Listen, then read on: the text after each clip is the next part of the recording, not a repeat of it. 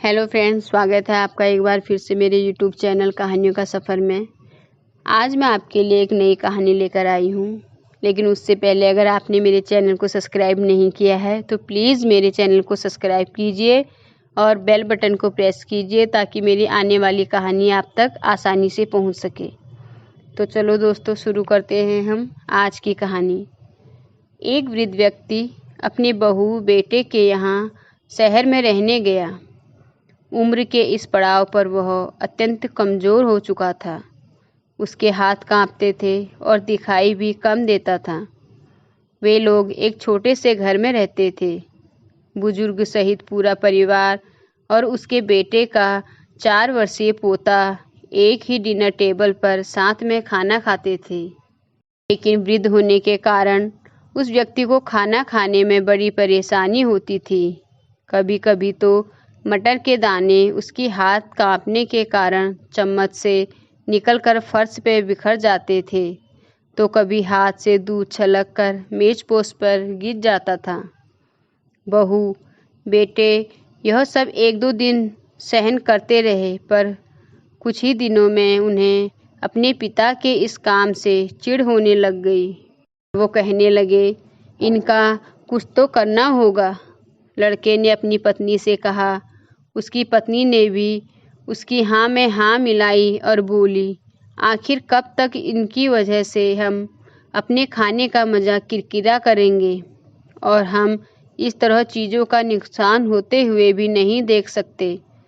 अगले दिन जब रात को खाना खाने का समय हुआ तो लड़के ने एक पुरानी सी मेज़ को कमरे के कोने में रख दिया। बूढ़े पिता को वहीं बैठकर भोजन करना था। यहाँ तक कि उन्हें अपने खाने के बर्तनों की जगह लकड़ी का कटोरा भी दे दिया, ताकि अब और कोई बर्तन टूट फूट ना सके। बाकी लोग पहले की तरह आराम से बैठकर खाना खाते।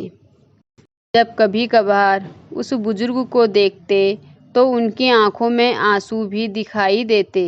यह देखकर भी बहू बेटे का मन नहीं पिघलता। वो उनकी छोटी से छोटी गलती पर उन्हें ढेरों बातें सुना देते थे। वहाँ बैठा बालक भी यह सब बड़े ध्यान से देखता रहता था और अपने आप में ही मस्त रहता था।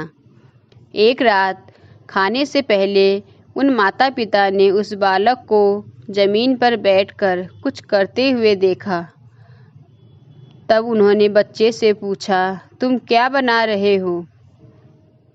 उस छोटे से बच्चे ने मासूमियत भरी आवाज़ के साथ उत्तर दिया कि मैं तो आप लोगों के लिए एक अच्छा सा लकड़ी का कटोरा बना रहा हूँ, ताकि जब मैं बड़ा हो जाऊँ तो आप लोग इसमें अच्छे से खाना खा सकें। और वह पुनः अपने काम में लग गया। इस बात का उसके माता पिता पर गहरा असर हुआ। उनके मुंह से एक भी शब्द नहीं निकला और आंखों से आंसू बहने लगे। उन दोनों को बिना बोले ही समझ में आ चुका था कि अब उन्हें क्या करना है। उस रात उन्होंने अपने बूढ़े माता पिता को पुनः उस डिनर टेबल पर खाने के लिए ले आए और फिर कभी उनके साथ अभद्र व्यवहार नहीं किया। इस कहानी से हमें यह शिक्षा मिलती है, हमें अपने माता पिता के साथ अभद्र एवं अनुचित व्यवहार नहीं करना चाहिए। यह सब देखकर छोटे बच्चे भी वही दुर्व्यवहार सीखते हैं। तो दोस्तों, आपको आज की कहानी कैसी लगी मुझे कमेंट करके ज़रूर बताएं। धन्यवाद।